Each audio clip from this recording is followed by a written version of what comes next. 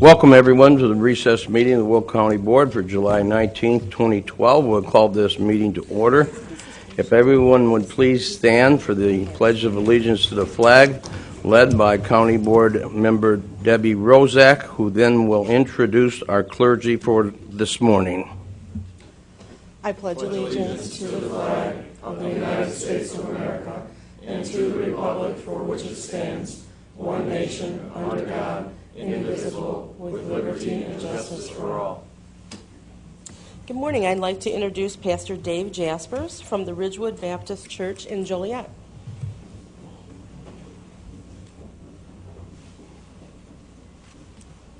Morning, Pastor.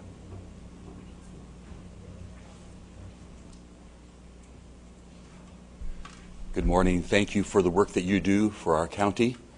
The verse of Scripture that I'm claiming for you today is James 1, verse number 5. The Bible says, if any one of you lacks wisdom, let him ask it from God, who gives to all generously without finding fault.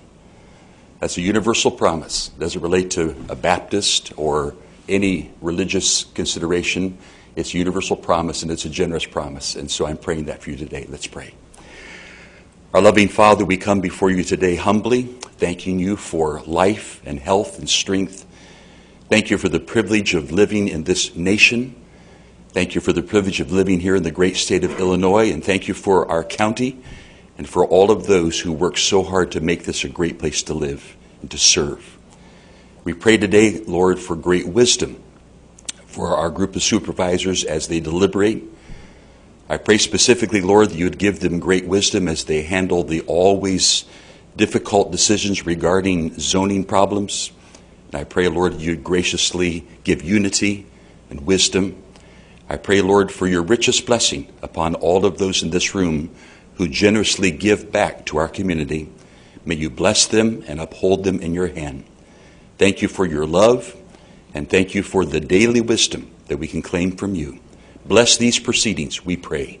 In Jesus' name, amen. Thank you.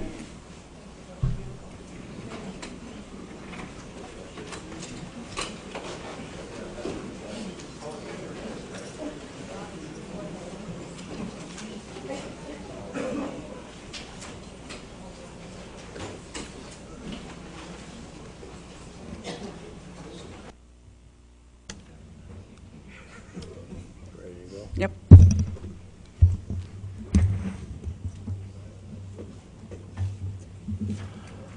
Madam Clerk, will you please call the roll? Sure. Bellotta. Here. Adamick. Here. Deutsch. Howard. Here. Singer. Here. Izzo. Here. Weigel. Here. Drayle. Hart. Here. McPhillips. Here. Costa. Mayor. Trainier. Here. Argadelis. Goodson. Here. Smith. Here. Gould. Here. May. Rozak. Here. Konecki. Here. Zagrozi. Here. Brooks. Here. Travis. Winfrey. Here. Babich. Here. Wilhelmy. Here. And Mustis. Here. Thank you. 20 members present, 7 absent. 20 members present. We do have a quorum. Entertain a motion to place on file the certificate of publication. Moved by Mr. Babbage, second by Ms. Trainier. Madam Clerk, call the roll, please. Sure. Bellotta. Yes. Adamick. Yes. Howard. Yes. Singer. Izzo. Yes. Singer. Yes. Thank you. Izzo. Yes. Weigel. Yes. Hart. Yes. McPhillips. Yes. Trainier. Yes. Goodson. Yes. Smith. Yes. Gould. Yes. Rozak. Yes. Konecki. Yes. Zagrozi. Yes. Brooks. Yes. Winfrey. Yes. Babich. Yes. Wilhelmy. Yes. And Mustis. Thank you. 20 affirmative. 20 affirmative. Motion is carried. Entertain a motion for the approval of the minutes of the June 21st, 2012 County Board meeting. Moved by Mr. Winfrey, second by Mr. Adamick. Any questions? Previous roll by Mr. Gould, second by Ms. Rozak. All in favor signify by saying aye. Aye. Contrary, motion has carried. Madam Clerk, would you please acknowledge our elected officials and the media that is present this morning? Sure. Our auditor, Duffy Blackburn, our circuit clerk, Pam McGuire, county clerk, Nancy Schultz-Boots, our county executive, Larry Walsh, and our treasurer, Steve Weber. Media, we have Nick Ryer from Farmers Weekly Review and Tony Graff from the Herald News. Oh, and Anastasia Husky. Thank you very much. Citizens to be heard. We do have some citizens to be heard today. At the appropriate time, they will be introduced. And so we will move forward on. So first item on our agenda, if County Board Member Denise Winfrey and Diane Seiler Zagrosi would please come forward for a proclamation.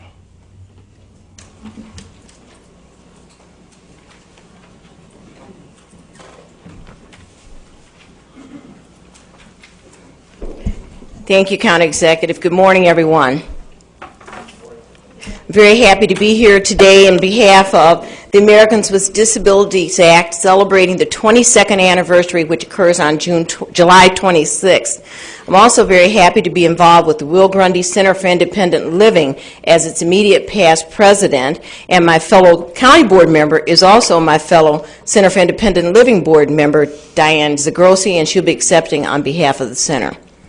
The resolution reads, whereas on July 26, 1990, the Americans with Disability Act was signed into law to ensure the civil rights of people with disabilities, this legislation established a clear and comprehensive national mandate for the elimination of discrimination against individuals with disabilities. And whereas the ADA has expanded opportunities for Americans with disabilities by reducing barriers and changing perceptions, increasing full participation in community life. However, the full promise of the ADA will only be reached if public entities remain committed to their efforts to fully implement the ADA. And whereas on the 22nd anniversary of the Americans with Disability Act, we celebrate and recognize the progress that has been made under the ADA by reaffirming the principles of equality and inclusion and recommitting our efforts to reach full ADA compliance.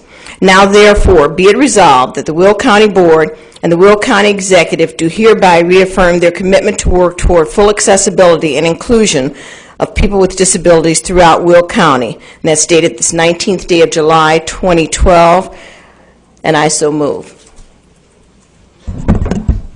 Moved by Ms. Winfrey, second by Mrs. Zagrosi. All in favor signify by saying aye. Aye. Contrary, motion has carried. Diane, you want to make a comment? Briefly. Executive Walsh and fellow board members, it is my pleasure to accept on behalf of the Will Grundy Center for Independent Living and its advocate partner, the Accessible Cities Alliance, this proclamation this day. Thank you. Thank you. Very nice.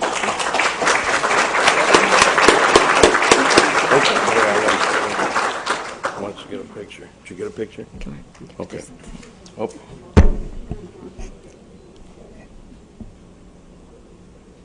Good. Thank you both. You'll be back up here. Next, I'd like to introduce County Board Member Don Gould. Please come forward.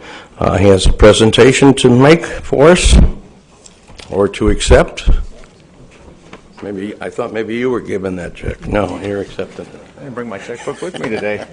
I'd like to welcome Mr. Adrian Guerrero from the Union Pacific Railroad. And I'd ask that Mary Coffey step down. Mary is the director of the Will County Community Health Center. And at this point, I'm just going to turn it over to Adrian. Good morning, Executive Walsh, Chairman Moussis, members of the board. My name is Adrian Guerrero. I'm with the Director of Public Affairs for Union Pacific Railroad. I'm thrilled to be here today to be presenting this check to the Will County Community Health Center. And Union Pacific recognizes the important role that the health center plays in this community, and we look forward to seeing this funding applied to very good use and continued partnership. Thank you.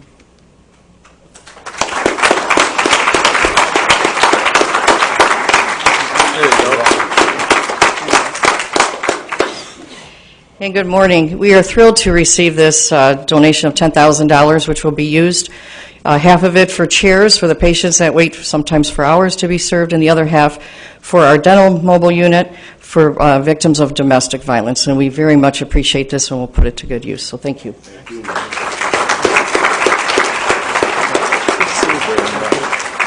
Thank you so very much. Thank you, Adrian. Good to meet you. Mary, keep up the good work. And Mr. Executive, thank you for your outreach on that. Appreciate it. Thank you, Don. Now I'd like to invite County Board Member Diane Segrossi to the podium for an announcement.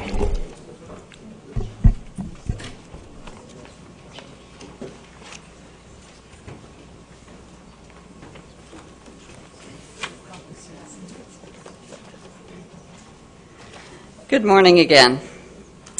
It is my pleasure today to announce the first project initiative of the newly formed Will County Women's Caucus. Beginning today until the end of August, the Will County Women's Caucus will be accepting donations of white, long and short sleeve dress shirts, both men and women's, ties as well, to benefit the Heart Organization in Bolingbrook. And if I can please ask all of my members to please come and join me. And also Joanne Robinson, who is the director of the Heart Organization, please come join me. Now you will notice as the ladies come forward, we're missing actually one very important member this morning, who is Ann Drale, who I know she's probably going to shoot me. She's missing today because her daughter had a baby. So if we can extend our congratulations as well to Ann and her daughter and her family. Okay, I'm going to first ask Joanne to step forward, give us a couple minutes of your time, and tell us about what you do with the organization and what the shirts will do to help you. Yes, ma'am. Thanks. Good morning, ladies and gentlemen of the county. To Senator Larry Walsh, so good to see you again, all the commissioners. My name is Joanne Robinson, better known as the Community Service Lady throughout Will County. We service juveniles in this entire county, or whoever the judge may, wherever the judge may send them from, ages 13 to 18 years of age. These children have committed either village ordinances or made offenses of misdemeanor nature. They are first-time offenders, and this county, Senator Walsh, has been kind enough to help me develop to give these children a second chance at getting their cases dismissed thanks to the Will County courts. A fresh start, no court costs, no court fines to the parents, truly giving the family a second chance. We meet with these children 3 nights a week. We return with each one of our students with their court cases to ensure that their charges are dismissed. During this 6-week program, stay with us. They must have on white shirts, neckties, dress slacks, and look professional. Our purpose is to help them prepare for a real world where first impressions is going to be crucial to their careers or whatever they decide to pursue in their lives. White shirts are not a popular item amongst children, as you may be aware, but as many of you corporate people, I look around the room, Senator, you know that first impressions can make or break a young man or a lady. So again, I am elated that these women have represented with these neckties, beautiful white shirts, the power of first impressions. And to the new Women's Caucus, I am honored to be associated with you. And to my friend Andrell, congratulations on the birth of her new baby. Again, our program is 10 years old. Thanks to this county, Mayor Roger C. Clare, people such as Senator Larry Walsh, who came out and did a dynamic presentation at our program of social skills that we shall never forget. Senator, thank you. These white shirts build self-esteem. I wish many of you could see day one from the end of week 6, how these children feel, our young men, the neckties, they feel good. I've seen it a million times. To date, our program has serviced over 1,887 children. We currently have a class of 32 and a waiting list. To the many judges that have given me grace and leeway to help these children, I say, God bless you. To a county that goes above and beyond, I say thank you from the bottom of my heart. And again, we are the Heart Organization, and Heart stands for helping and reaching, advising, reaching, and teaching. And as each one of you are going to get today, if the senator approves that I could cuff everyone in the room with board approval, we're going to leave you with our motto, help us keep the cuffs off kids. And again, to the Women Caucus, would you please give these to the clerk? I have the senator cuff everybody else so I get in no trouble. Take these, my love. everyone will go home, well, with a pair of cuffs up. And again, on behalf of the children, I want to say thank you all for every shirt, every necktie that you have donated to enhance the life of an at-risk youth. God bless you all. Have a wonderful day. Okay. Joanne, stay here. We're going to get a picture afterwards. Okay. Look at her. Okay, before we step down, I would like to let everyone know Pat Farrer from the Will County Workforce Division has already graciously donated a box of ties towards our cause. Kurt Paddock from our Land Use Department and Director has also stepped forward with a donation. We will be collecting these items until the end of August with various drop-off sites throughout the county, including the County Board Office, and also Tom Cross's office, which will be a northern drop-off point, which is in downtown Plainfield. So please look in your closets, see how you can help this amazing lady in her efforts going forward. So, Joanne, thank you so much on behalf of the Women's Don't worry Caucus. about dry cleaning. We have a person in our town that does it for free.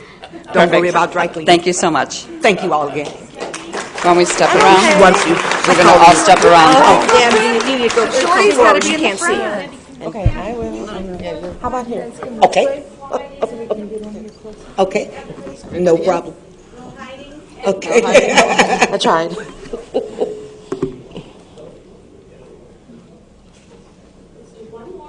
Yes.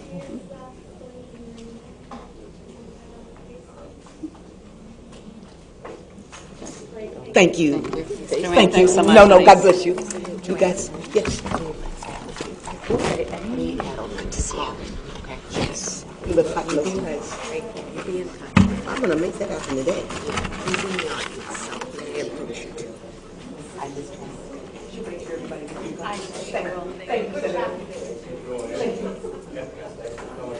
My pleasure.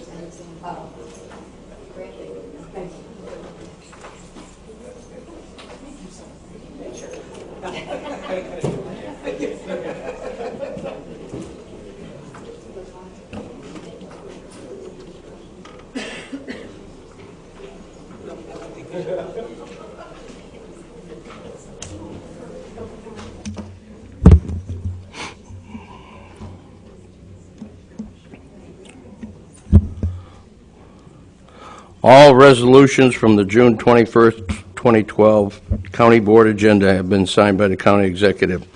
Our first order of business is the Land Use and Development Committee. Mr. Tom Weigel, Chairman. Good morning, everyone. Good morning, Tom. First order of business is the public hearing. I make a motion to open the public hearing for all land use cases. Moved by Mr. Weigel, second by Mr. Gould. Madam Clerk, call the roll, please. Sherbalata, Adamick, Howard, Singer, Izzo, Weigel, Yes. Hart, McPhillips, Trainier, Goodson, Brian Smith, Gould, Rozak, Konecki, Segrozy, Brooks, Winfrey, Babich, Wilhelmy, and Mustis. Thank you. 20 affirmative. 20 affirmative. We are in public hearing. Please be advised, absolutely no new evidence or information will be allowed once this land use public hearing is closed. Today, we have 4 cases. Case 6053-MV2, 6055-SV2, 6056-MSV2, and 6058-V3. We have some people that have signed up to speak. They're all in regards to case 6055-SV2. Our first speaker is Dave Silverman. Dave Silverman, would you like? Thank you very much, Counselor. Okay, thank you very much. Thanks, Dave. We have Tammy. He said if she has any questions, she don't want to talk. Oh, she just has questions, if there are questions, okay.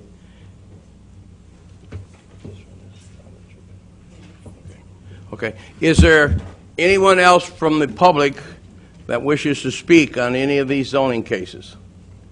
Anyone from the public wishes to make a comment on these 4 zoning cases?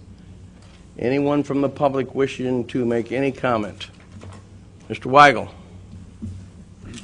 Make a motion to close the public hearing. Moved by Mr. Weigel, second by Mr. Smith. Madam Clerk, call the roll, please. Sherbalata? Adamick? Howard?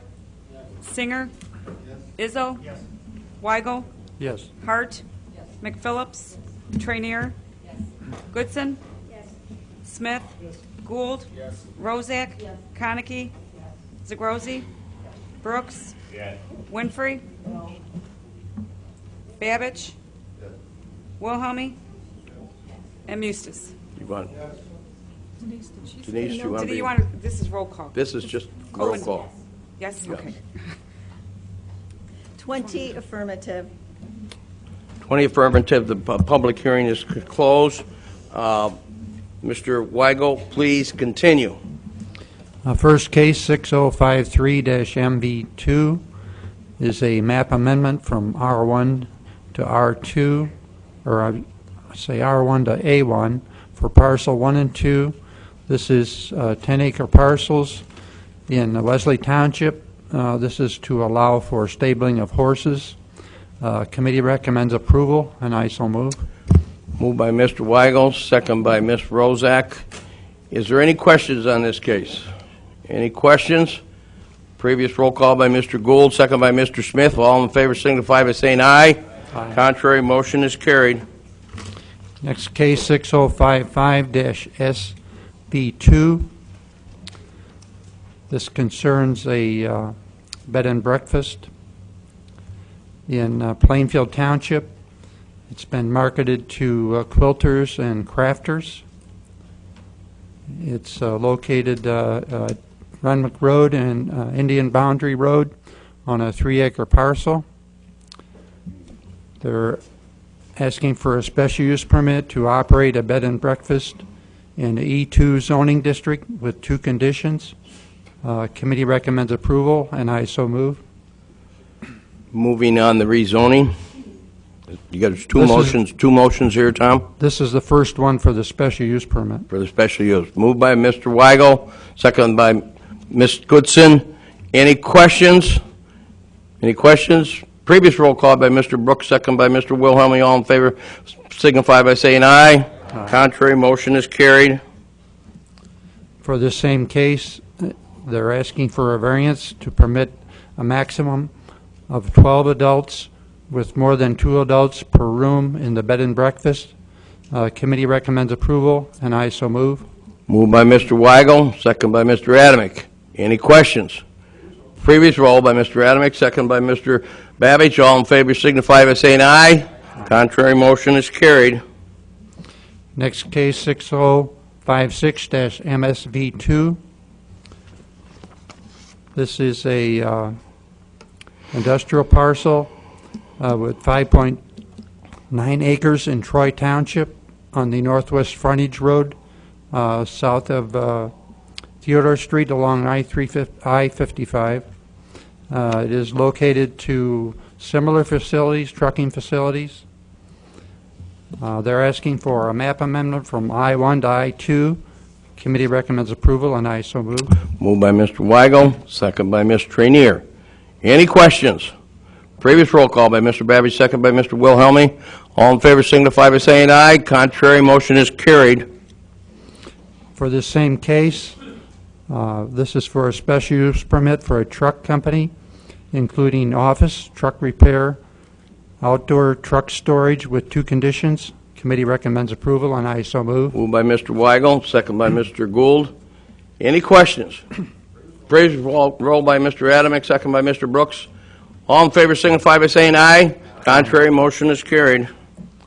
For this same case, they're asking for a variance for outdoor storage screening, section 6.2-96. Committee recommends approval, and I so move. Moved by Mr. Weigel, second by Ms. Goodson. Any questions? Previous roll call by Mr. Adamick, second by Mr. Smith. All in favor signify by saying aye. Contrary, motion is carried. Next case is 6058-V3. This request is a parcel of 2.49 acres for the American Legion in Plainfield. It is being reduced to 2 acres because of dedication of right-of-way for the Renwick Road bridge project. The parcel is located at the corner of Renwick Road and River Road in Plainfield Township. Our agenda here says Rover Road. That's a typo. It should be River Road. But the resolution does not include the road, so we don't have to amend that. We're asking for a variance from Section 12.1-5-9 of parking space length from 19 feet to 17 feet. Committee recommends approval, and I so move. Move by Mr. Weigel, second by Ms.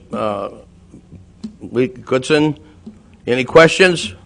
Previous roll call by Ms. McPhillips, second by Mr. Smith. All in favor signify by saying aye. Aye. Contrary, motion is carried.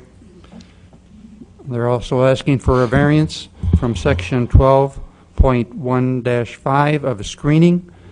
Committee recommends approval, and I so move. Moved by Mr. Weigel, second by Ms. McPhillips. Any questions? Previous roll call by Mr. Smith, second by Ms. Rozak. All in favor signify by saying aye. Aye. Contrary, motion has carried. That concludes the zoning cases. We have a resolution 12-225 authorizing a temporary use permit to Adam Heydrich for a party of friends and family on Bar Road in Manhattan Township. This is a 2-acre parcel with 7 conditions. They've had several parties in the past at this location. Committee recommends approval, and I so move. Moved by Mr. Weigel, second by Ms. Rozak. Any questions? Question, Mr. Brooks. I'm just curious, where is this party located? It's in Manhattan Township. Didn't you get an invitation? At what time? And how do I dress? Thank you. We're friends and family. Any other important questions? Seeing none, previous roll call by Mr. Gould, second by Mr. Smith. All in favor signify by saying aye. Aye. Contrary, motion has carried. Next case is our adoption of our new zoning ordinance. I'll give you a little background. The U.S. Department of Energy Efficiency and Conservation Block Grant provided funds to Will County for the project known as Renewing Will County.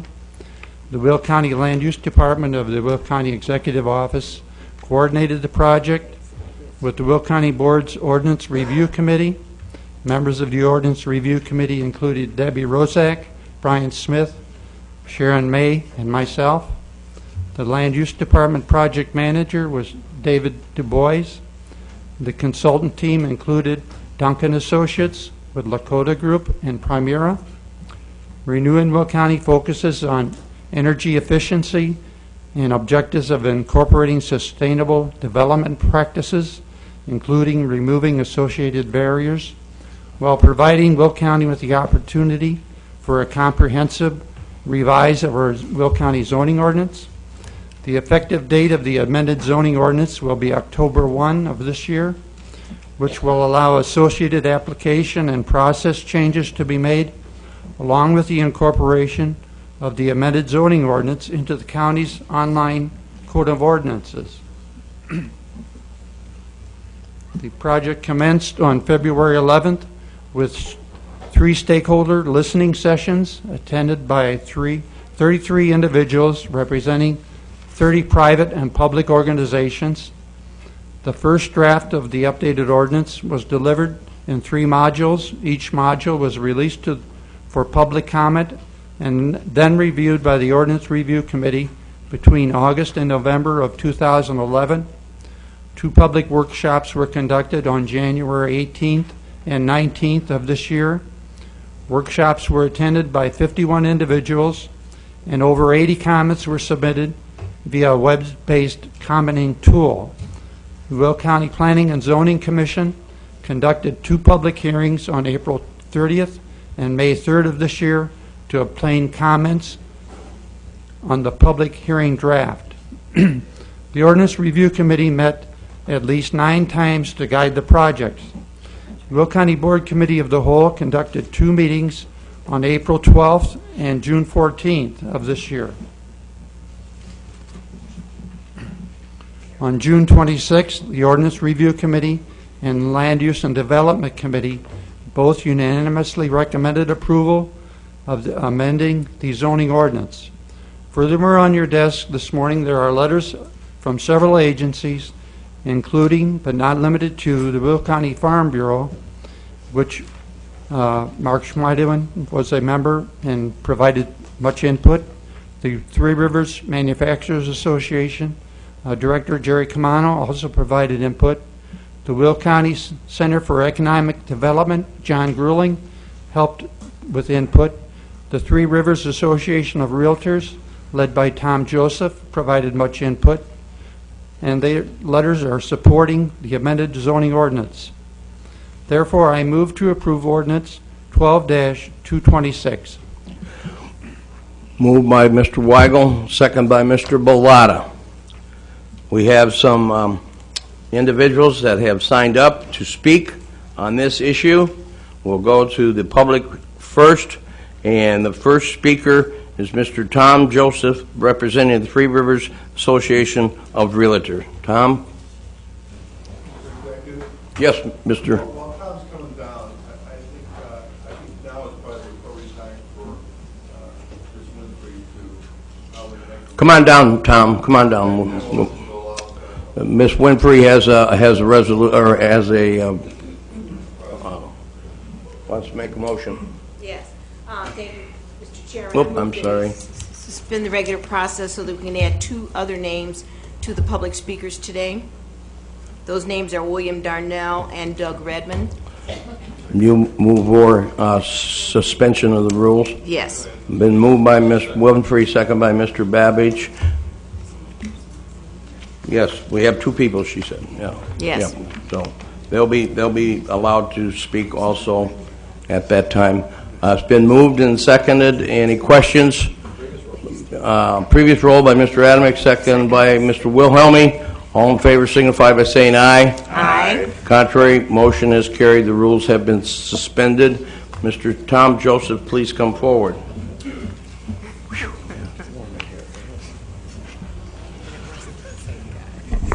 Good morning. Very briefly, Mr. County Executive, Ms. Voots, Ms. Tatro, and to our friends on both sides of the aisle, Tom Joseph on behalf of the Three Rivers Association and the Illinois Association of Realtors, Government Affairs Director.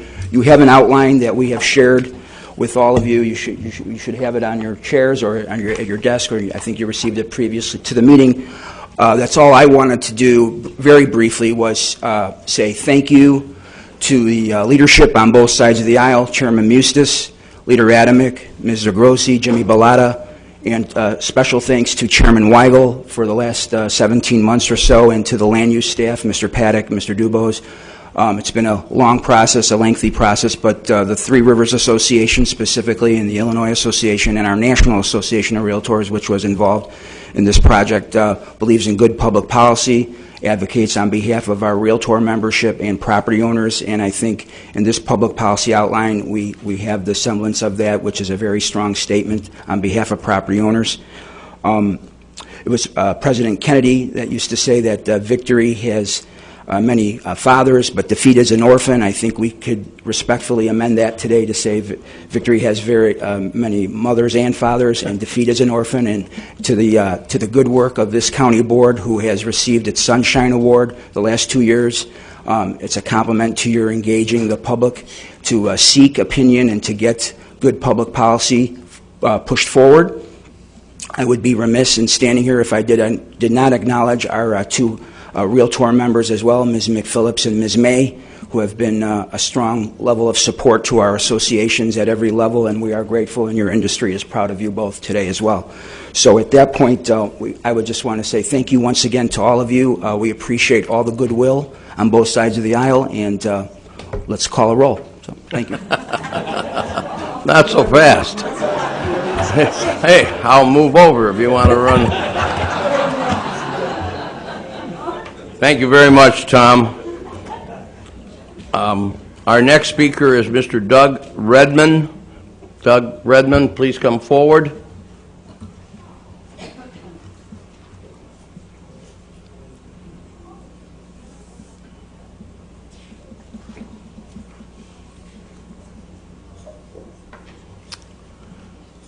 Please state your name and your address, please, Doug, when you get to the podium.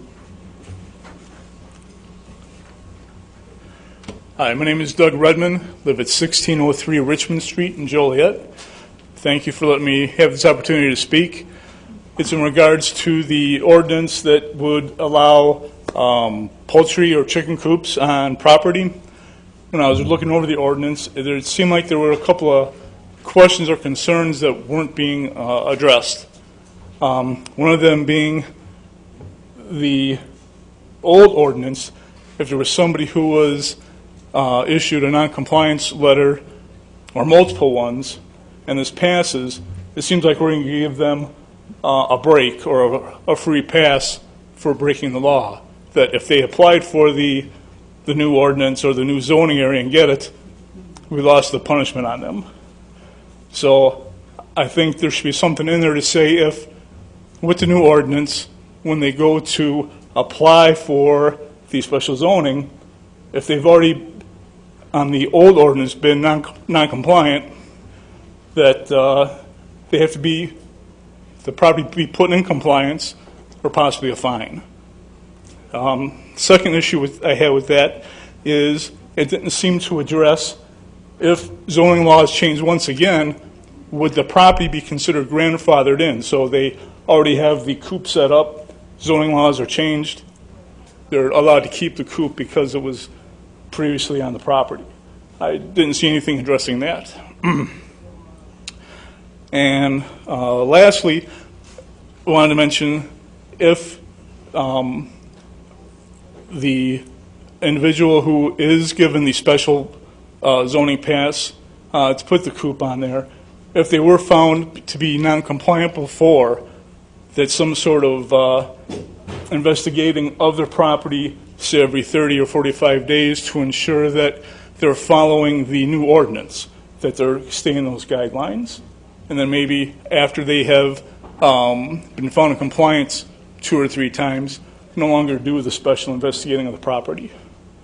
So those are the 3 concerns that I had. Thank you very much for your concerns, and we'll have somebody address that while we're in the discussion. Okay? Thank you for your time. Thank you, Doug. Our next speaker is Zoe Kramer. Is that correct? Kramer, I'm sorry. Please come forward.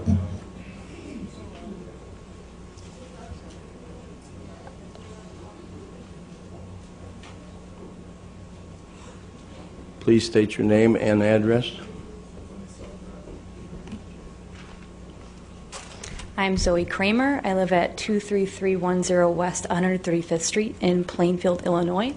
Thank you very much for allowing me to speak. Thank you for all of your effort for putting this new ordinance together. We really appreciated that as a community. I would like to address some concerns about the ordinance. I am in general for the pass of the ordinance, but I had a couple concerns. We have been in a lot of communication with members of the board and members of the zoning department and the building department relating to the chickens and poultry in regards to this ordinance. We've been graciously helped with a lot of our concerns, so I'm very grateful for that. I would like to discuss, we've been informed that there will be a future meeting to discuss the fee schedule for acquiring a special use permit.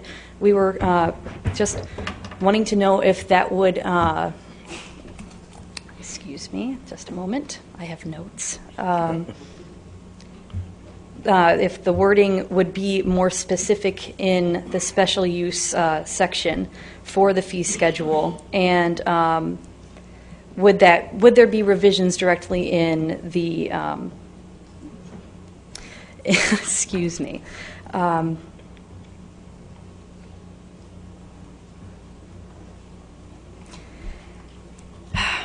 sorry for wasting your time.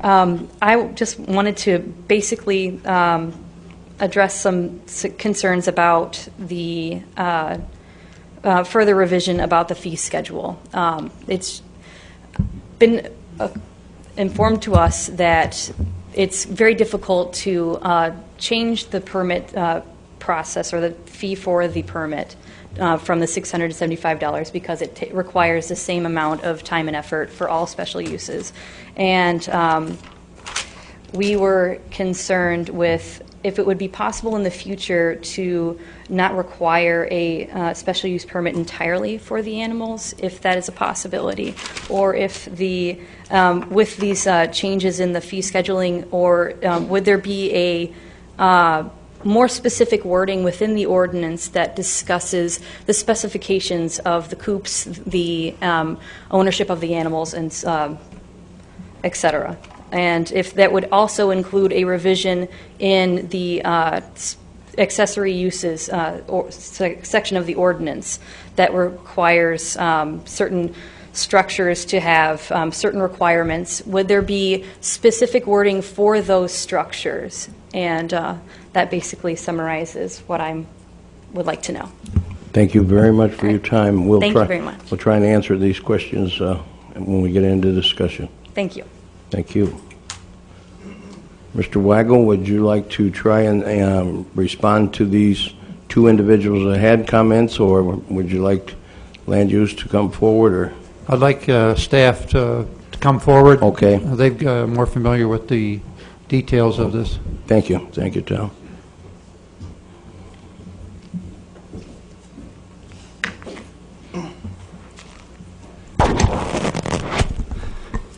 Good morning. Good morning. So this is an exciting morning for myself. State your name for record. David Dubois, Director of the Development Review Division. I'm also Zoning Administrator for the Will County Land Use Department and the Project Manager. I did take some notes on the questions that were conveyed. With regard to Speaker 1, with the fee schedule and I guess no penalties or the punishment, if they are in violation, the fee schedule does administer violation fees in the application process if there's zoning action required for compliance.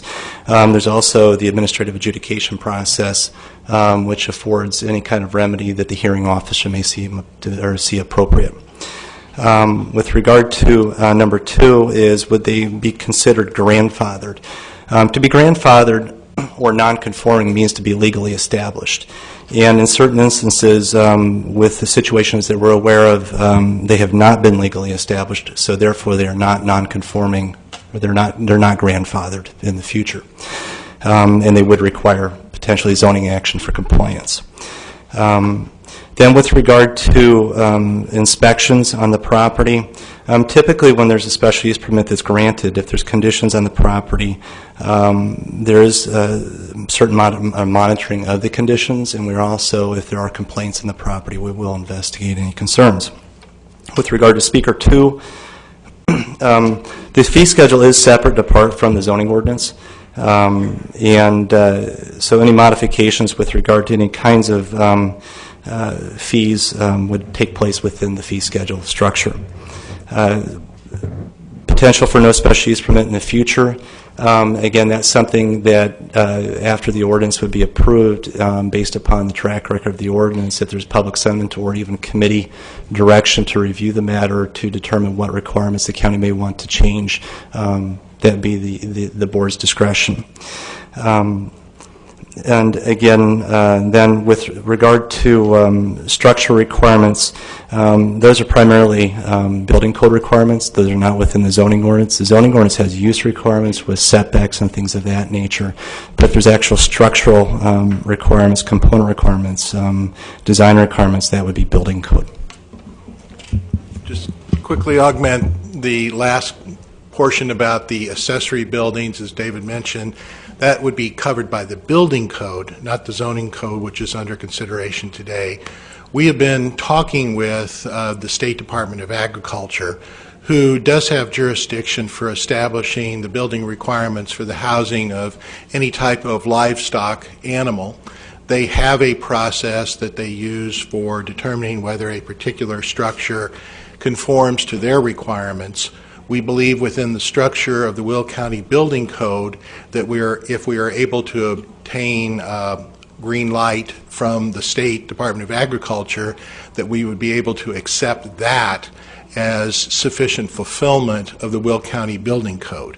This is relevant because if we were to consider it strictly as a typical accessory building, it might require certain flooring material, certain other types of considerations, certainly appropriate for most accessory buildings, but perhaps either not necessary or conceivably harmful to the habitation for the animals. So that's the path that we're on for dealing with building permits for these types of structures. Thank you. Any questions of David or Kurt about this issue? Thank you very much, gentlemen. Here we go. Pardon me, Ms. Konecki, Mr. Paddock, in which zoning districts will the keeping of chickens be a permitted use? The importance of that for the public's information is that if it's a permitted use, then none of these fees apply. People can simply have a certain number of chickens. So on the new ordinance, how do we, and what zoning districts do we make the keeping of the poultry a permitted use? Yes, ma'am. We'll have David review, just expand a little bit on your question of under the current ordinance where the keeping of poultry would be permitted and where it would not be, and then outline for you under the new ordinance where one could obtain a special use permit, and then directly to your question, which zoning districts would one be able to keep poultry by right? Under the current zoning ordinance, poultry is permitted by right. It's prescribed how many you can have in the A1, A2, E1, E2 districts. And then within the R districts, I believe it's R1, R2, there'd be, I don't know exactly, but there may be a special use. Under the new ordinance, permitted by right, A1, A2, E1, E2, and then within R1, R2, R2A, R3, and R4 as a special use permit. And again, there's specific requirements about the number of poultry that can be maintained as well as no roosters. So it sounds like the new ordinance really isn't changing anything very much. They've already, under the current ordinance, they're permitted use A1, A2, E1, E2. Under the new ordinance, same thing. Then there are special use in all the R districts. So that's kind of staying the same. That is correct. And the recommended ordinance that's before you today expands the use as a special use permit within the R districts. It does not further restrict. It actually expands the use. Yeah, into the R2A and R4. R3 and R4, I assume. R2A, R3, and R4. And I believe also R2. Thank you very much, gentlemen.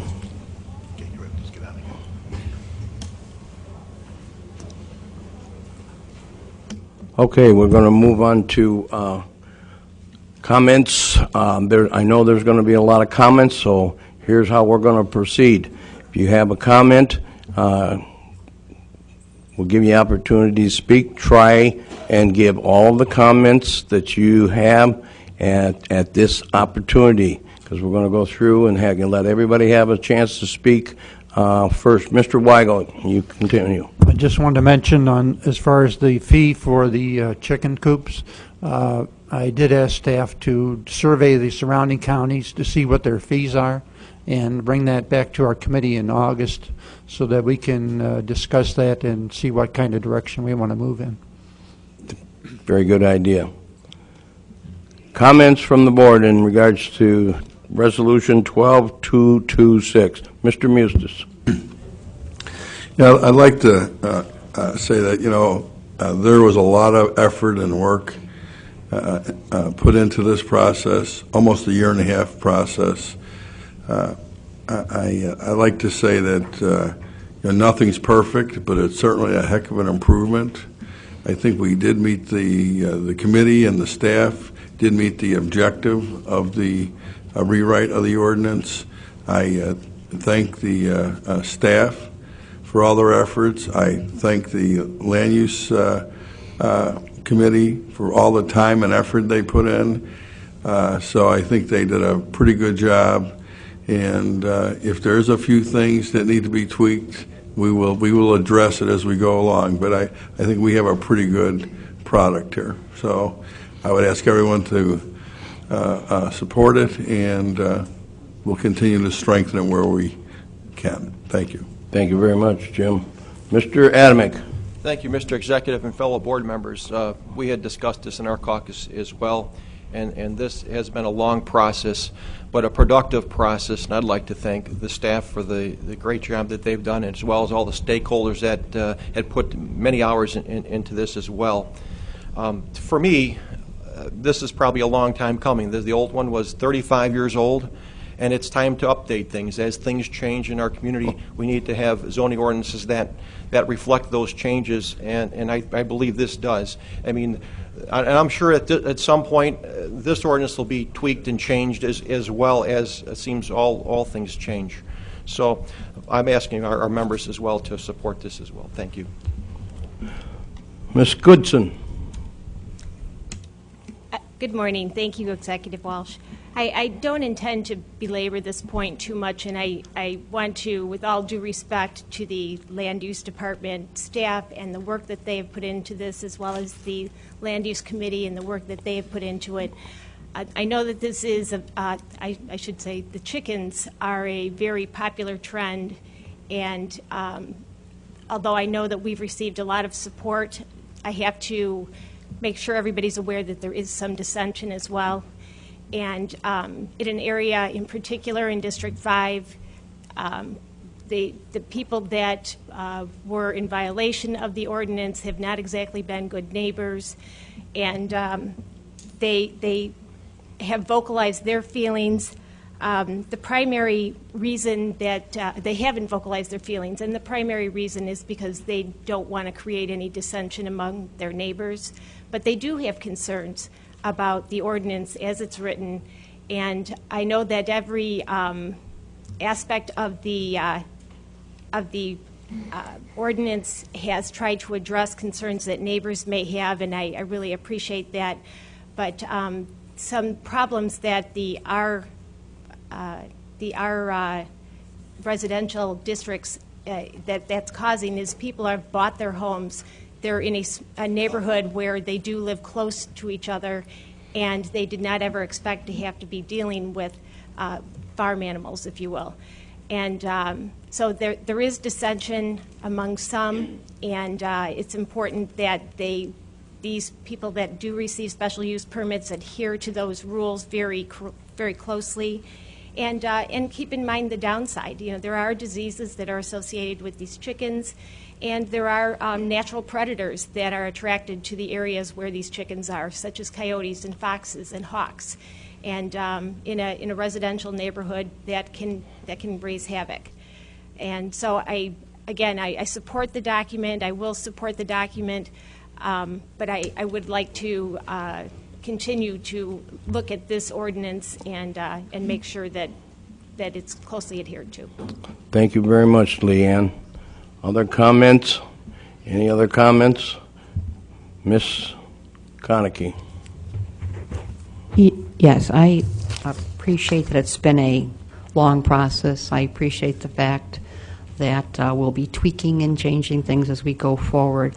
But I'm still going to be just a protest no vote this morning. I am concerned that the ordinance goes too far to accommodate the gun lobby in terms of where gun shops that sell guns, firearms, can be located, and also where shooting ranges can be located. I also am concerned that our county is heading toward the unincorporated areas, heading toward higher density. I think higher density within municipalities is fine. It's a local decision. But what our ordinance has is another mechanism for bonus density, and what I had hoped we'd look into more carefully was the impact of bonus density upon bonus density. We give bonus densities for good reasons, conservation design subdivisions, green building practices, but there's still a point, I believe, at which it becomes counterproductive. I think there are things we could have done and haven't done to encourage and support some of the low-density development, the estate residential, and it's not in the ordinance. I think we're going to be taking a look at it. I'm disappointed that we haven't done so. But I think a lot of the things that we're trying to encourage with our bonus densities, they're good. I'm just not sure that we're not going too far, that perhaps we shouldn't have thought about putting some cap on the total bonus density we're going to allow, no matter how many. In other words, telling developers you can access all our different mechanisms, but no matter how many of them you access, we're going to cap the overall density. I support affordable housing. I support encouraging some of these more progressive practices, but we are unincorporated government. I think we should have been more careful in this ordinance about limiting the density that we're going to be promoting in the unincorporated areas. And as good as these practices are that we're trying to encourage, they do come with a cost. They come with a cost to school districts. So I have some concerns on that. When we held the committee of the whole meetings, I had been asking for information, come back to board members about, what's the total impact if developers access all these different mechanisms we have now? How much can they increase our density? And I was also asking that perhaps some of our higher density zoning classifications be omitted, so that the only way developers could get that into those higher ranges would be through the more constructive practices, and it just didn't come back to committee. So I think I have concerns. I have concerns on that. I think we're heading toward promoting higher density housing in this county and shortchanging mechanisms to support and encourage lower density development, and I think that's a mistake. So I will be a no vote on the shooting ranges and the gun shops. I know we need them, and we had a very good explanation from the gun lobby on why we should be allowing these. I just think we are a little too liberal in where we're in the different zoning districts in which we are allowing them. So, thank you, Mr. Mustis. Yeah, I generally don't retort what other members are saying, but I do want to have the public not have the wrong impression on the density issue. First, the bonus for density for affordable housing was removed from the ordinance. It was proposed, but it never got through. People should keep in mind that this rewrite was partly done with a grant from the federal government for energy efficiency. The bonus part of the ordinance relates to green technologies. And if a builder is willing to put more green technologies, it's on a scale that they could perhaps get some additional density because of the additional cost that goes involved in green initiatives. And it's all done under a plan unit development, which we do now, actually. So it's not by right. It's something that's really negotiated. I don't believe that the density, additional density, gives them that much, actually. So, and I think it'll be a limited market for when those PUDs are applied. So, I just wanted to make sure that people understood what the density was related to. So, thank you, Jim. Any final comments? Any final comments? Motion has been made and seconded. Madam Clerk, call the roll. Bellotta? Mr. Bellotta, you vote? Yes. Thank you. Adamick? Yes. Howard? Yes. Singer? Yes. Izzo? Weigel? Yes. Hart? Yes. McPhillips? Yes. Trainier? Yes. Goodson? Yes. Smith? Yes. Gould? Yes. Rozak? Yes. Konecki? No. Zagrozi? Yes. Brooks? Yes. Winfrey? Yes. Babbage? Yes. Wilhelmy? Yes. And Mustis? Yes. Thank you. 18 affirmative, 1 negative. 18 affirmative, 1 negative. I see Dave coming in here, and we'll get his vote. I'm sure he wants to. Dave, would you like to vote on the vote? Yes, thank you. Thank you very much. Thank you. Thank you. 19? 19. 19 affirmative, 1 negative. Ordinance number 12226 has been approved.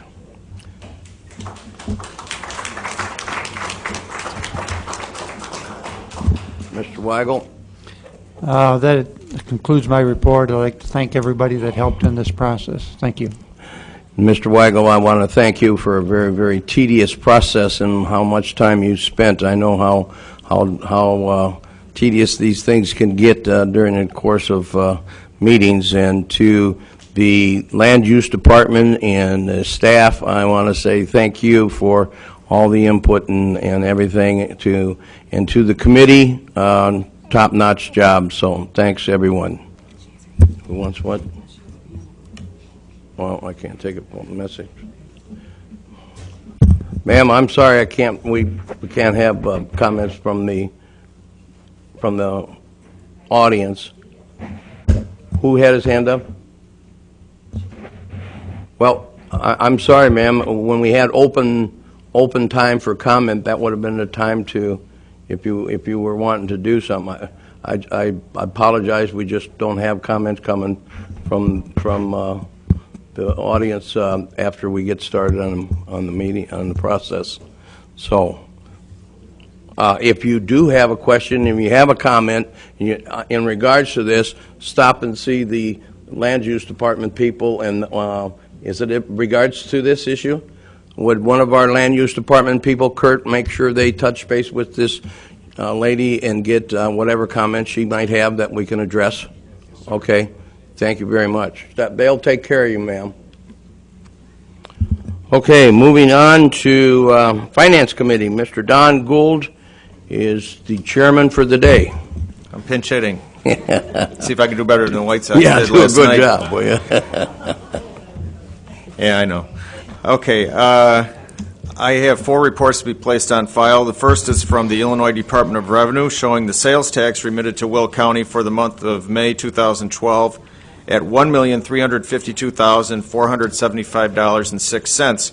The RTA tax remitted for May 2012 is $1,626,759.37.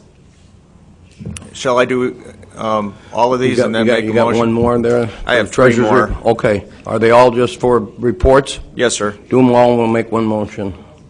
Secondly, I have the Will County Monthly Treasurer's Report from Treasurer Steve Weber, dated May 31st, 2012. Third, I have the Will County Semi-Annual Treasurer's Report from Treasurer Steve Weber, which runs from December 1st, 2011 through May 31st, 2012. Lastly, I have the Quarterly Report from Will County Treasurer Steve Weber, which is from March 1st, 2012 through May 31st, 2012. And I make that motion. Moved by Mr. Gould, second by Mr. Brooks. Any questions? All in favor signify by saying aye. Aye. Contrary, motion is carried. They've been placed on file. Next, Kathleen, would you like to be a yes on this? Thank you very much. Go ahead, Don. I'm sorry. That's fine. Next, I have the Auditor's Quarterly Report from Auditor Duffy Blackburn. Mr. Blackburn, if you'd like to please come forward.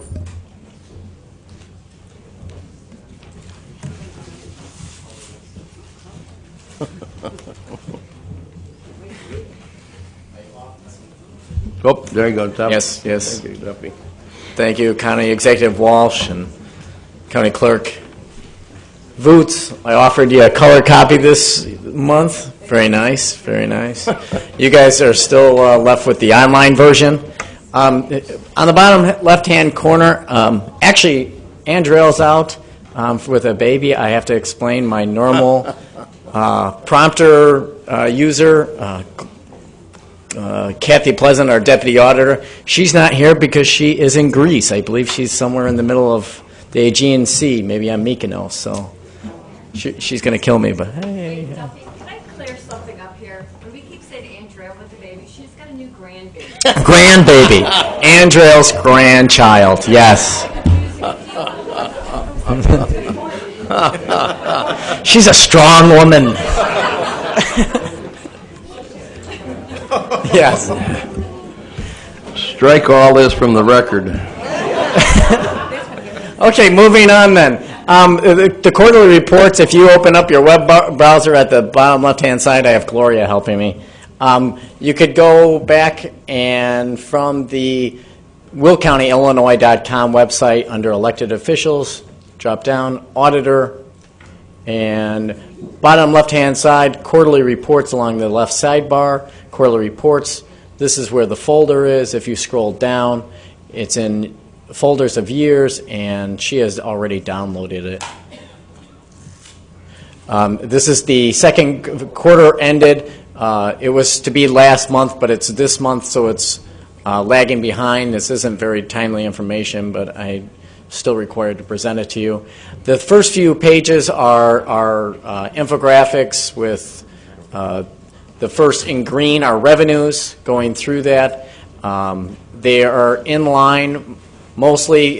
If you look at the pictures, the halfway mark was the second quarter, so most of the budget predictions are along that. Some of them have timing issues, and those are addressed by the Finance Department and Paul Rafak staff and Karen Hennessy, as she is explained in the Finance Department or the Finance Committee.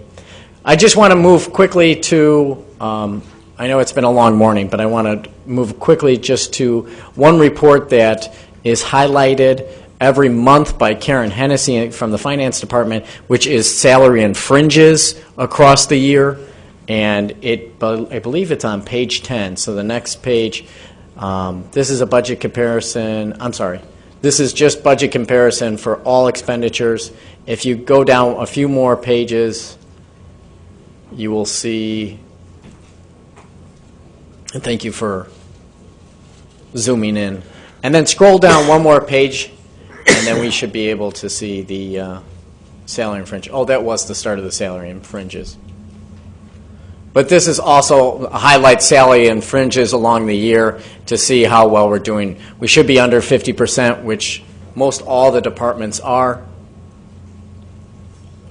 Some, I believe, are at 50%.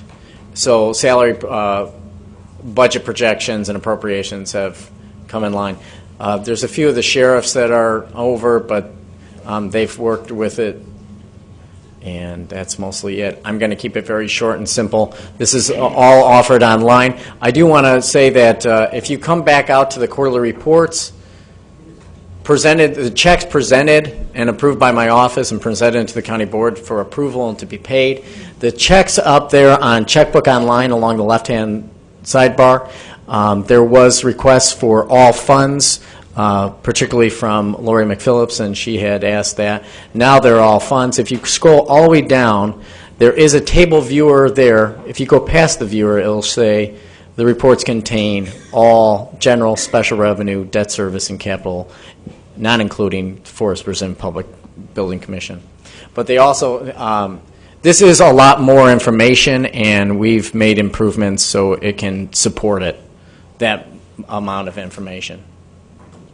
And then there also is another folder with Checkbook Online, and this is chronicling all the information from all the checks dating back to 2002 to the present.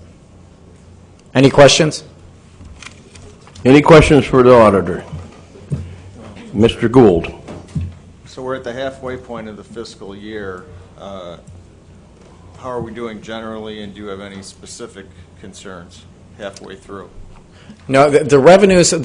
I haven't spoke with Paul Rafak at this month. Last time there were some concerns about certain type of revenues, but it looks like the revenue projections are in line with the budget.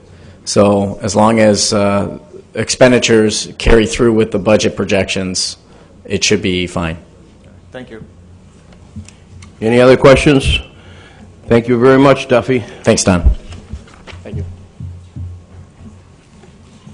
Good job, Duffy. Mr. Gould, continue. That concludes the Finance Committee report. Thank you very much, Don, for filling in. Next is Judicial Committee. Ann Drell, Chairperson.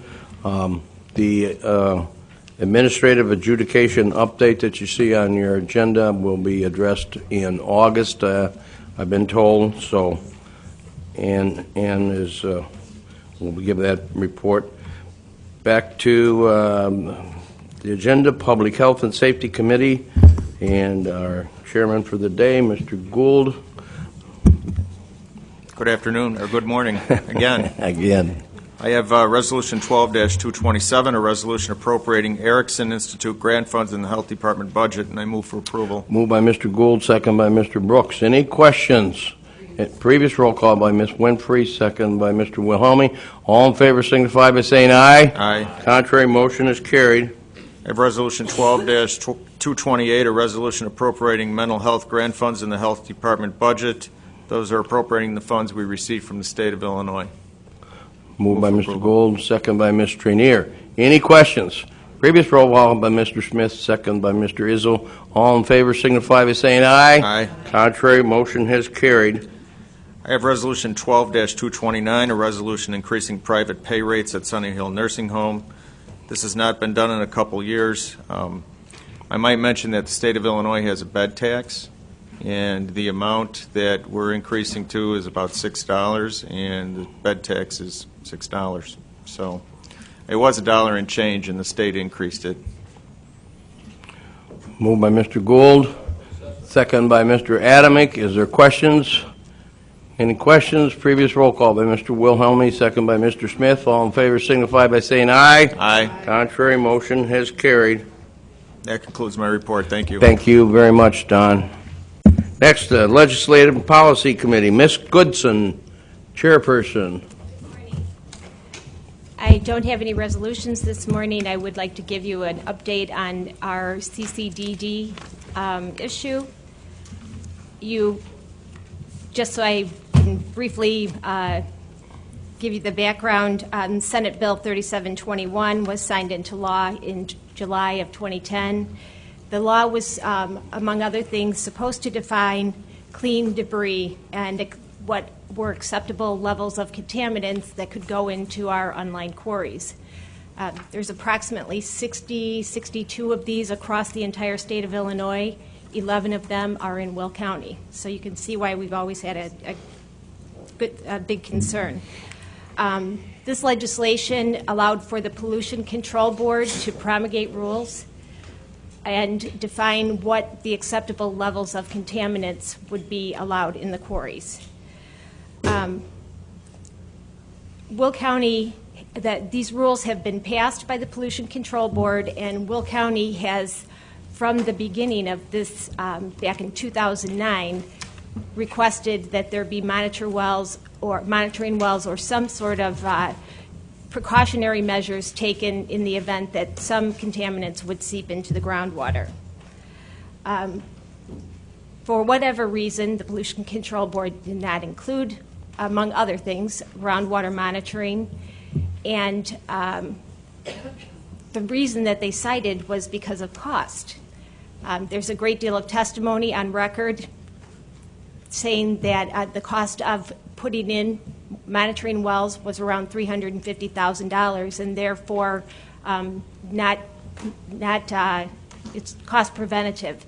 And then there are also expert testimony saying that it doesn't cost that much, that groundwater monitoring wells would cost about $3,000, and you're probably looking at about 2 to 4 depending on the quarry. So, we're talking about $12,000, and then testing at least annually. And it seemed like a small request in our opinion, because of what do you do if groundwater is contaminated? Remediation is expensive and not even necessarily effective completely. A great deal of bipartisan cooperation has brought a bright light to this issue, and I just want to send out thank yous and a great deal of appreciation in the cooperative efforts. We have had the executive Larry Walsh and Nick Palmer, State's Attorney Jim Glasgow, Ken Gray, Mary Tatro, Chairman Mustis, Bruce Fiefeld, Melissa Johansson, Dean Olson, MAC Communications. I think we have all of their staff working on this at one point or another. And then also Jack Darren from the Sierra Club and our local care group, all coming together and working on this issue to convince the Pollution Control Board and primarily JCAR, the Joint Committee on Administrative Rules, that this needs to be reconsidered. The rules that passed have gone to JCAR.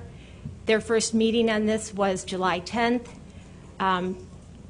Due in part to all of the efforts on behalf of the leadership of Will County, as well as our lobbyists, we were able to receive a 45-day extension at JCAR.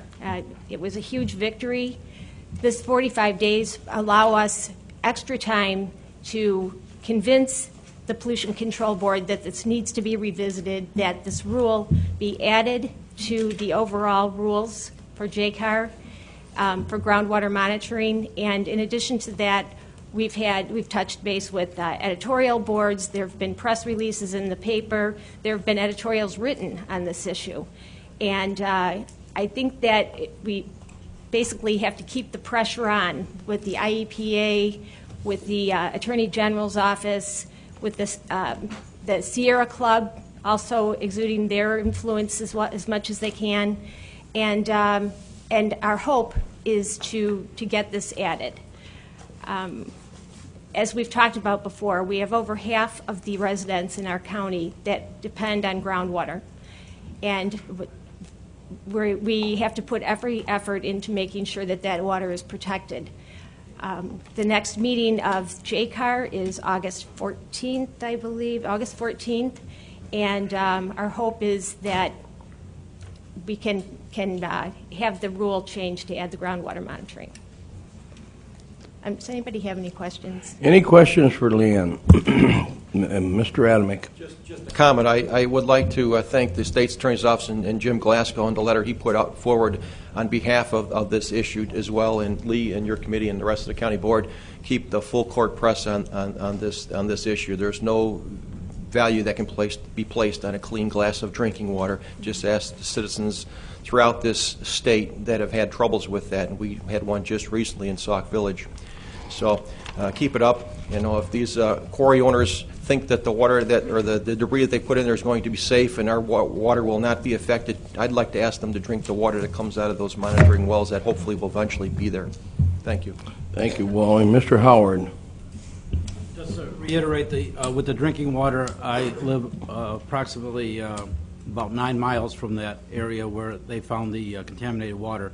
And if you believe it can't happen to you, it can very well happen. So I don't think there's any way that we could actually analyze this problem. I think it needs to be constant vigilance on our part. So thank you. Thank you, Bob.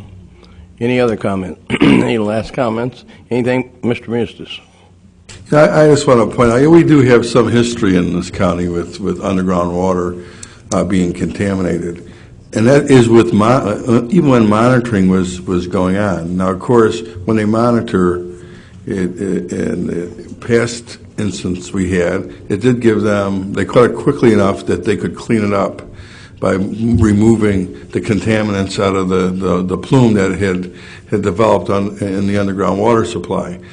So it's extremely important to have this monitoring of the water, underground water, or groundwater, because if there is an instance, it gives us the time to clean it up before it gets beyond the point of no return.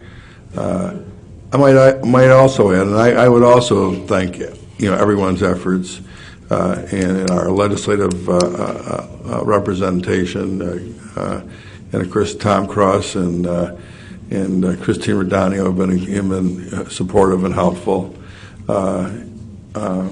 But we can't let this is something that we cannot let happen. First time, we weren't supportive of the quarry dumping in the first place, but then to remove all the additional protections that we think we absolutely need is something that we cannot let go. So I'm a little surprised that the Pollution Control Board did not support the IEPA's recommendation of water of monitoring, along with the Attorney General's recommendation of monitoring, and we believe it's the legislative intent in the legislation that it be monitored. And there's testimony to that effect, correctly. So I do think we're on the right side of the issue, and we should never use cost as a reason not to protect the public health and the interest of the public. So, in part as representatives, and I would say this not only for county board representatives and county-wide representatives, our charge is to protect the people. So we need to protect our underground water. We're dependent on it, and hopefully we'll be successful. I do think we will be. But if not, I believe the state's attorney is prepared to take this into the courts if needed. So we're going to fight this to the end. Thanks. Thank you, Thanks, Jim. Lee. Any other comments? Anything else, Leanne? Well, I should add that one other thing that is being addressed is that there was a huge disparity between what one party thinks that groundwater monitoring wells cost versus another party. And Dean is working with a unbiased company right now to get some real costs on what they would be to not only drill the site, but also testing on an annual basis, so that we can use that as part of our argument, that it is not a huge cost burden, that it is something that is affordable and of course, much needed. Thank you. Anything else? Yes, I just wanted to also touch on the reauthorization of the federal transportation bill. There's a great deal of information that's available, and I'm not exactly sure how this will trickle down to Will County, but the authorization was for an additional 27 months, so we'll have to revisit this in September of 2014. But the Federal Highway Program basically in FY13 will be $39.7 billion, and FY14, $40.26 billion. One important part of this bill is that the off-system bridge program was, there was a lot of talk about removing it completely, and they did keep that in the bill at the level of $650 million. Bruce Gould and I are going to talk a little further and see how that will come down to Will County, whether we'll have similar levels of funding or we'll have reduced levels of funding. And then one provision that was also included was environmental streamlining. And as we know, the process can take 1 to 2 years when you're talking about a project, and this streamlining in some cases, in some instances, that time frame can be reduced. So that was great news. We've been waiting for that for some time now, and fortunately, business can continue across the state of Illinois as far as roadway construction. Thank you very much, Leanne. Thank you. No comments from the Capital Improvements Committee. Mr. Mayor is not here. All right, moving on. We move on to our committee, Executive Committee. Mr. Mustis, Chairman. Good morning, County Executive, County Board. Of course, I have quite a few resolutions this morning because the committee, many committees didn't meet, so it was shifted over to the Executive Committee. When I get to the Public Works portion, I'll hand that over to Mr. Bellana. So we'll get started here. First resolution today is Resolution 230, a resolution authorizing the county executive to execute documents for delinquent tax program, and I'll move for approval. Moved by Mr. Musa, second by Mr. Adamick. Any questions? Previous roll call by Mr. Howard, second by Mr. Babbage. All in favor signify by saying aye. Contrary, motion is carried. Resolution 231, designating First Merit Bank as county depository. I'll move for approval. Moved by Mr. Musa, second by Ms. Rozak. Any questions? Previous roll call by Ms. Smith, Mr. Smith, and Ms. McPhillips. All in favor signify by saying aye. Aye. Contrary, motion has carried. 232, resolution transferring funds within the workforce service budget. I will move for approval. Moved by Mr. Musa, second by Mr. Smith. Any questions? Previous roll call by Ms. Winfrey, second by Mr. Wilhelmy. All in favor signify by saying aye. Aye. Contrary, motion is carried. 233, resolution awarding bid for food service at River Valley Juvenile Center. I'll move for approval. Moved by Mr. Musa, second by Ms. Trenier. Any questions? Yes, Mr. Particular one, I have a family member who works for Aramark. On this resolution coming Yes. up here? Okay, Dave. Thank you. Got a motion and a second, right? Previous roll call by Ms. Rozak, second by Mr. Brooks. All in favor signify by saying aye. Aye. Contrary, motion has carried. 234, a resolution declaring seized vehicle surplus and authorizing disposal. I will move for approval. Moved by Mr. Musa, second by Mr. Bellotta. Any questions? Previous roll call by Mr. Babbage, second by Ms. Winfrey. All in favor signify by saying aye. Aye. Contrary, Dave, a yes. Thank you very much. Motion has carried. 235, replacement hires for Sunny Hill. I'll move for approval. Moved by Mr. Musa, second by Ms. Goodson. Any questions? Previous roll by Mr. Adamick, second by Ms. McPhillips. All in favor signify by saying aye. Contrary, motion has carried. 236, a resolution for removal of election judges for failure to vote in accordance with the Illinois Election Code. I'll move for approval. Moved by Mr. Musa, second by Mr. Wilhelmy. Any questions? Previous roll by Mr. Gould, second by Mr. Smith. All in favor signify by saying aye. Aye. Contrary, motion has carried. 237, a resolution designating election judges for the 2012 through 2014 elections. I'll move for approval. Moved by Mr. Musa, second by Mr. Brooks. Any questions? Previous roll by Mr. Smith, second by Ms. McPhillips. All in favor signify by saying aye. Contrary, motion has carried. 238, a resolution authorizing professional service agreement for workman's compensation, third-party administrator. I will move for approval. Moved by Mr. Musa, second by Ms. Grossi. Any questions? Previous roll call by Ms. Question, Leanne. I'm sorry. I'd like to be a no, please. You want to be what? I would like to be a no. Oh, no. Okay, thank you very much. Got a motion and a second? Previous roll call?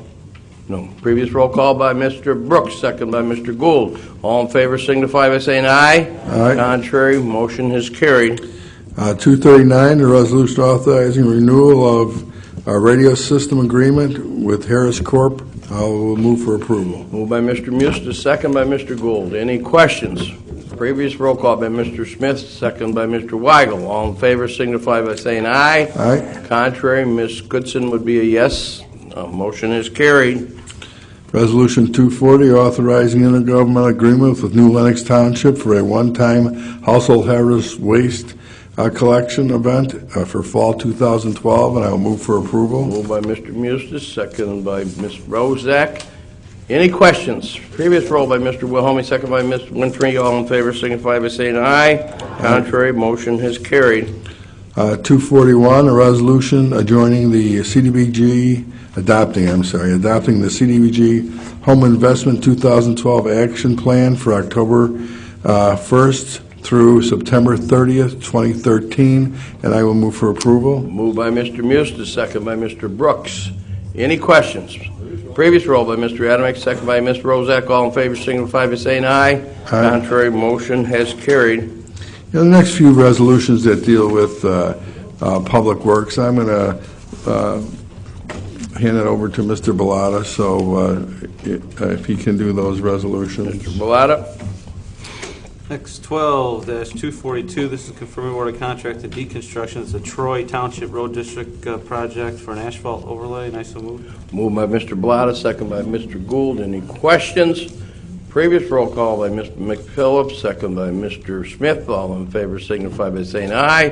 Contrary motion has carried. Next, 12-243, this is confirming award of contract for asphalt overlay to deconstruction on Plainfield, for work on Plainfield Naperville Road, and I so move. Moved by Mr. Bellotta, second by Ms. McPhillips. Any questions? Previous roll call by Mr. Izzo, second by Mr. Gould. All in favor signify by saying aye. Aye. Motion has carried. 12-244, this is confirming award of contract to Tri-State Enterprises for the construction of a cold storage facility at the Caton Farm Road Highway facility. I so move. Moved by Mr. Gould, second by Mr. Brooks. Any questions? Previous roll by Ms. Winfrey, second by Mr. Babbage. All in favor signify by saying aye. Contrary, motion has carried. Mr. Bellotta. What did I say? Mr. Gould. I thought it was Mr. That's right. Oh, It all has to do with the roads. Yeah. Yeah. I'm sorry. 12-245. Mr. Gould was on my mind all morning. This is for the authorization of motor fuel tax funds for Resolution 12-244, and I so move. Moved by Mr. Bellotta, seconded by Mr. Howard. Any previous roll call by Mr. Babbage, second by Mr. Brooks. All in favor signify by saying aye. Aye. Contrary, motion has carried. 12-246, this is establishment of an altered speed zone in Frankfort Township, and I so move. Moved by Mr. Bellotta, second by Mr. Mustis. Any questions?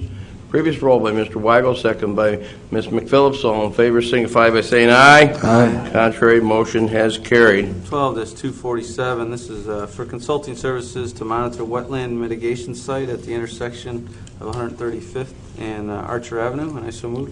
Moved by Mr. Bellotta, second by Ms. Trainier. Any questions? Question, Mr. Grossi. Previous roll call. And second by Ms. Rozak. All in favor signify by saying aye. Aye. Contrary, motion is carried. 12-248, this is an agreement with Will County and Nicor Gas for reimbursement for relocating gas main facilities along Pauline Goodnow Road, and I so move. Moved by Mr. Bellotta, second by Mr. Howard. Any questions? Previous roll by Ms. Trainier, second by Mr. Izzo. All in favor signify by saying aye. Aye. Contrary, motion is carried. That concludes Mr. Musis's executive committee. Thank you. Well, I'm not quite done. That concludes his part of that. Thank you. I'm going to get your appointments in here, Larry. Thank you. You're the tag team. Next portion is the appointments by the county executive. I'll move for approval. Moved by Mr. Mustis, second by Mr. Adamick. Any questions? Previous roll by Mr. Babbage, second by Mr. Gould. All in favor signify by saying aye. Contrary, motion has carried. And Mr. Executive, that does conclude my report. Thank you very much, Jim. Moving on to announcements by the County Board Chairman, Mr. Mustis. You know, I was giving some thought to chickens. Yeah. So now I'm gonna for lunch. I'm gonna go back in history a little bit. You know, in 1928 presidential campaign, there was a slogan. That was Hoover versus Al Smith. And there was a slogan. I wasn't a committeeman. I think it was shortly after. And there was a slogan, a chicken in everyone's pot. That was 1928. 1929, the economy totally collapsed, so there wasn't a chicken in everybody's pot. Everybody was in bread lines, or many people were in bread lines.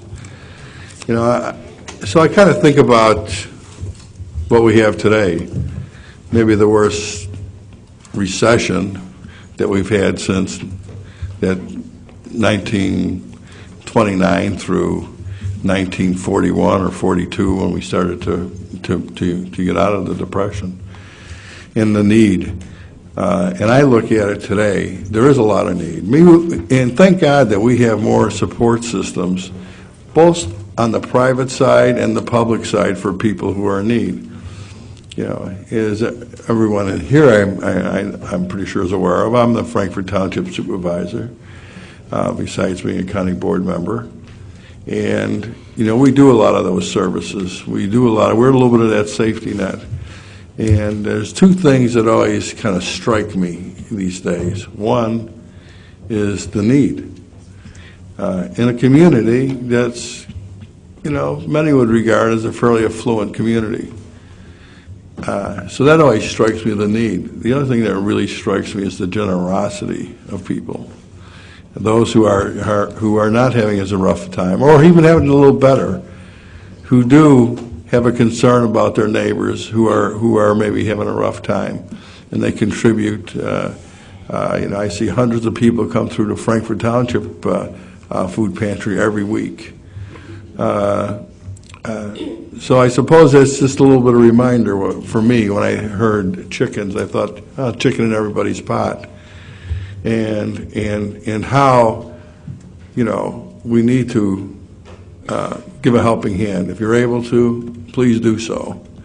And the other thing I'd like to say, if you're a little bit in need, sometimes don't let your pride stand in your way, because there's people there who will give you a helping hand.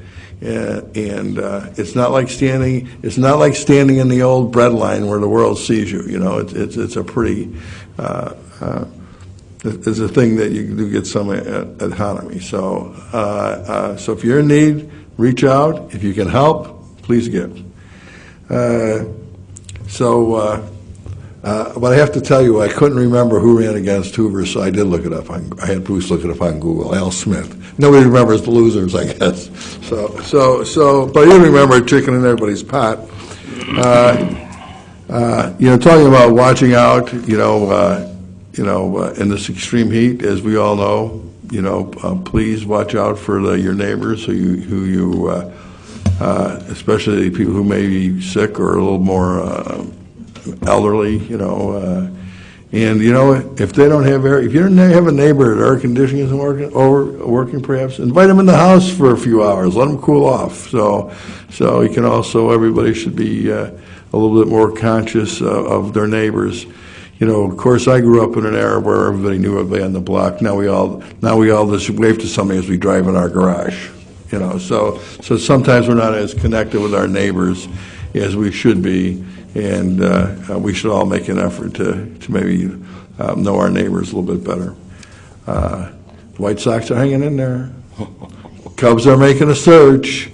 Cubs always make a surge when it's too late, though.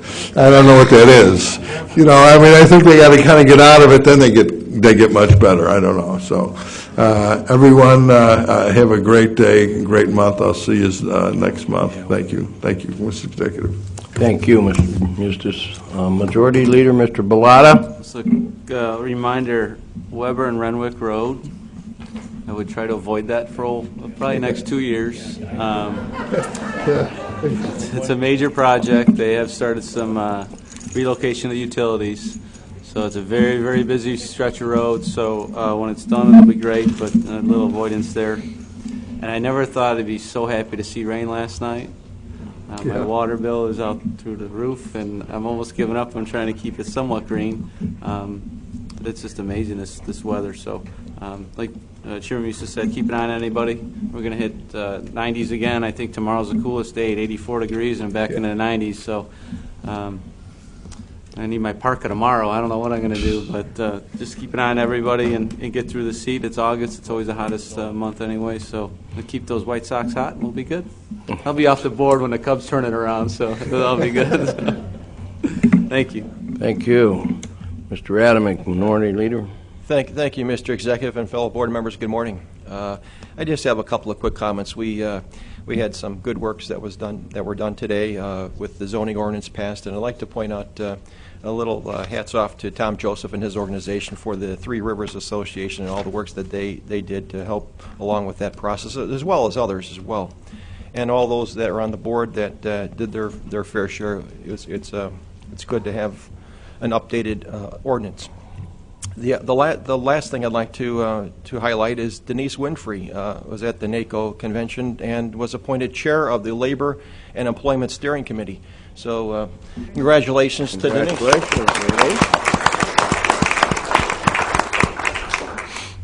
Thank you very much, Wally.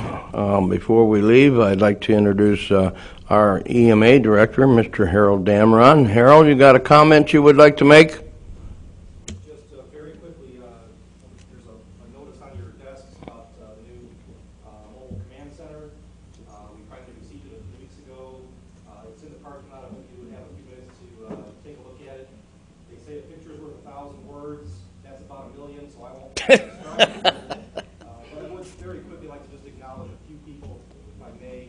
First of all, I have to acknowledge you as a board, because at a critical point during the acquisition of this, you lent your support to it through a very important resolution. The county executive's office was supporting us in a million ways along the way. This has been almost a 4-year project, acquiring this vehicle, getting the funding lined up, and everything else. I'd like to acknowledge the state's attorney's office. They were helping us with some of the legal channels of acquiring this through, again, a very complex process. And there are a lot of other people that I can acknowledge, and you'll see some of them on the van. I'd like to particularly point out some of the folks that you'll see when you visit the van. They're wearing the blue polo shirts. 2 of them are part of the full-time staff, and they were part of the project team, Tom Murray and Brian Cezanne. I especially want to acknowledge a couple of gentlemen that are out there this morning, Bob Myroff and Larry Johnson. Bob was the project manager, and Larry was definitely his right-hand man. Those are volunteers with our agency, and between those 2 gentlemen, they have 45 years with EMA. So I hope you just acknowledge them when you stop out there to see the band. They put in a lot of work over, again, this is almost a 4-year project. So again, if you have a few minutes to stop out, you can't visit. I apologize to W will be sold. Thank you, Harold. Okay. Being no further business, this county board will stand at recess until Thursday, August 16th at 9:30 a.m.